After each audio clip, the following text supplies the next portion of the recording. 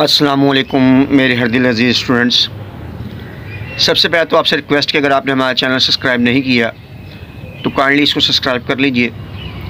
और जो दूसरी बात है वो ये है कि आज हम बात करेंगे शेख मुजीबुर रहमान के 6 पॉइंट्स के बारे में। और शेख मुजीबुर रहमान के 6 पॉइंट्स क्या थे?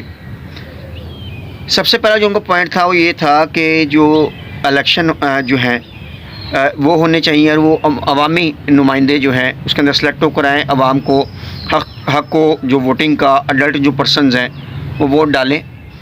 उसके बाद जो उनका अगला पॉइंट था वो ये था कि तर्ज़ हुकूमत जो है वो फेडरल तर्ज का हो, लेकिन जो फेडरल के इख्तियारात हैं वो सिर्फ फेडरल तक हो और बाकी उसके बाद जो सारे मामलात हैं वो सूबों के पास हों और सूबे जो हैं उसके अंदर ख़ुद मुख्तार हों।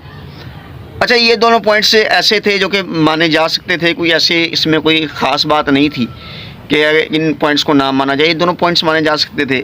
लेकिन उसके बाद जो अगले पॉइंट्स थे अगर उस तरफ जाया जाए तो उस तरफ देखा जाए तो वो एक सेपरेट लैंड की ही, एक सेपरेट कंट्री की ही एक डिमांड नज़र आती थी। वो किस तरीके से देखिए, उन्होंने ये कहा कि सबसे पहले तो ये होगा कि 2 सेपरेट करेंसीज़ होंगी, दोनों ईस्ट पाकिस्तान की और वेस्ट पाकिस्तान की। वो अपने टके को यूज़ करना चाहते थे बेसिकली बांग्लादेश के अंदर, और ये शायद पॉसिबल ना हो किसी भी कंट्री के लिए कि एक ही मुल्क में 2 करेंसियाँ चलें।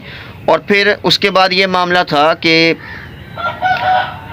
उनको ऐसा लगता था कि शायद मगरबी पाकिस्तान जो है उसके ऊपर उनका पैसा बहुत ज़्यादा इस्तेमाल किया जा रहा है। उसके बाद उनका ये था कि उन्होंने कहा कि जी हमारी जो फिस्कल जो बजट बनेगा वो भी 2 बजट बनेंगे, मतलब कि जो मगरबी पाकिस्तान है उसका अपना बजट बनेगा और जो मशरक़ी पाकिस्तान का उसका अपना बजट बनेगा। और ये भी क्वाइट पॉसिबल नहीं था बिकॉज इसके अंदर फिस्कल बजट में आप जानते हैं कि आपके तमाम वो मामलात आ जाते हैं जिसके अंदर आपके पूरे साल की तिजारत होती है, आपका लेन देन, सारे वो मामलात।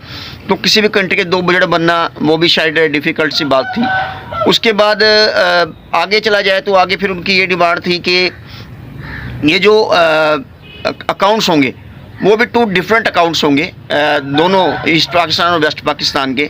क्यों? क्योंकि वो ये चाहते थे कि जो उनका ख्याल था कि पर्सन जो है वो बहुत ज़्यादा एक अमाउंट वाली फसल है और उनको ऐसा लगता है पर्सन का ज़्यादातर पैसा जो है वो वेस्ट पाकिस्तान पे लगाया जा रहा है। तो उनका ख्याल ये था कि सेपरेट अकाउंट बनाया जाए ताकि जो वेस्ट पाकिस्तान का पैसा है वो वेस्ट पाकिस्तान पर ही लगे और वेस्ट पाकिस्तान का जो पैसा है वो ईस्ट पाकिस्तान की तरफ ना आए, मगर ईस्ट पाकिस्तान का जो पैसा है वो वेस्ट पाकिस्तान पर सर्व ना हो।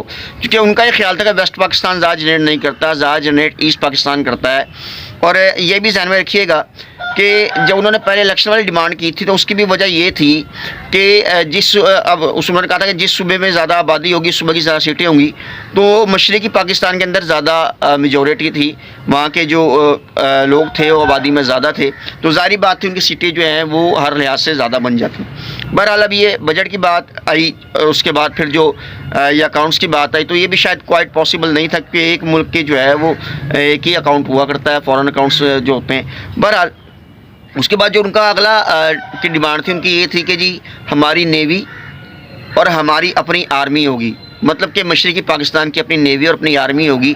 बिकॉज कुछ हुआ इस तरीके से था कि जिस टाइम पर एक हिंदुस्तान से एक त्यारा अगवा हुआ और वो लाहौर लाया गया, तो उसके बाद क्या हुआ कि हिंदुस्तान ने बांग्लादेश को जाने वाले तमाम, बांग्लादेश तो वो खैर उस टाइम पर नहीं था, मशरक़ी पाकिस्तान था, तो मशरक़ी पाकिस्तान का जो हवाई रास्ता था उसको बंद कर दिया, तो जिसकी वजह से उनको बहुत सी मुश्किलात का सामना करना पड़ा। फिर 1965 की जो वॉर थी उसमें भी मशरक़ी पाकिस्तान को इतना सेव नहीं किया गया था और हिंदुस्तान ने मशरक़ी पाकिस्तान में अटैक भी नहीं किया था। उसकी वजह ये थी कि चाइना ने हिंदुस्तान को धमकी दी हुई थी कि अगर आपने कुछ इसकी तरफ मूवमेंट की तो आपके जो हम आपके ऊपर हम अटैक कर देंगे। तो लिहाजा इस वजह से मशरक़ी पाकिस्तान पर उन्होंने हमला तो ना किया, लेकिन ये उनको अपनी सिक्योरिटी का डर था, ये उनको था कि हम अनसिक्योर हैं, दैट्स वाई वो चाहते थे कि उनकी एक अपनी आर्मी हो, अपनी नेवी हो।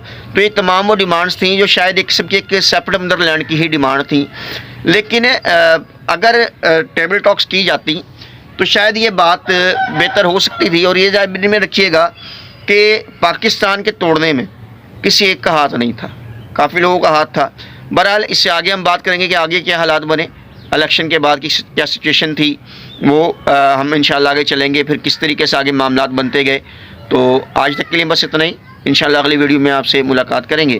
काइंडली चैनल को सब्सक्राइब कीजिए।